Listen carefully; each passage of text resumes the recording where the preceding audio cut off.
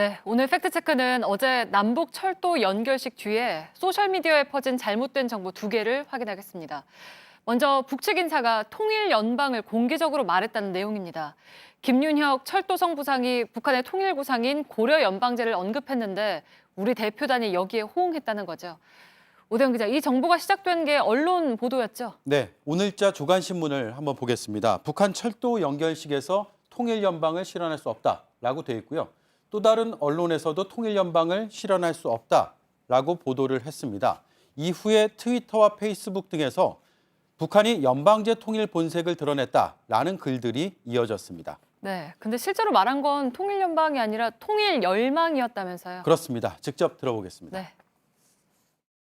충남철도 도로 협력 사업의 성과는 우리 온 결여의 정신력과 의지에 달려 있으며 남의 눈치를 보며 주춤거려서는 어느 때 가서도 민족이 뜨거운 통일열망을 실현할 수 없습니다. 네, 이렇게 전혀 다른 내용이 어떻게 언론에 보도가 된 건가요? 네, 어제 4개 언론사로 구성이 된 공동취재단이 현장에 갔습니다. 네. 통상 이 현장이 좁거나 다 가지 못할 경우에는 이렇게 대표 취재팀이 가는데요. 현장에서 기록한 내용을 기자단에게 보내게 됩니다. 네. 취재단은 부정확하게 들리는 부분이 군데군데 있었다라고 했습니다. 소음이 많고 복잡한 현장에서는 가끔 이런 경우가 있습니다. 통일부에서는 정확한 원문을 오늘 오전에서야 배포했습니다.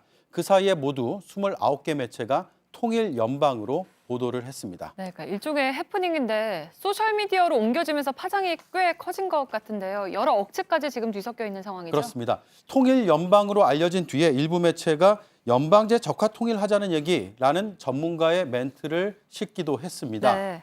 문제는 소셜미디어에서 유언비어와 가짜뉴스로 이어졌다는 겁니다. 대표적인 게 우리 정부가 북측과 고려 연방제 통일을 몰래 약속한 게 드러났다라는 내용인데요.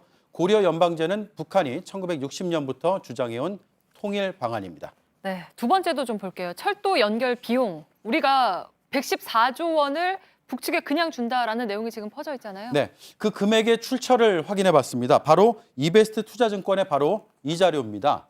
한반도는 더 이상 섬이 아니다라는 제목이고 지난 8월 13일에 발간이 됐습니다. 남북 철도 연결과 현대화 사업에 114조 원가량을 전망한 것은 사실입니다. 네. 북한 철도가 우리 수준으로 고속화하는 걸 전제하고 있습니다.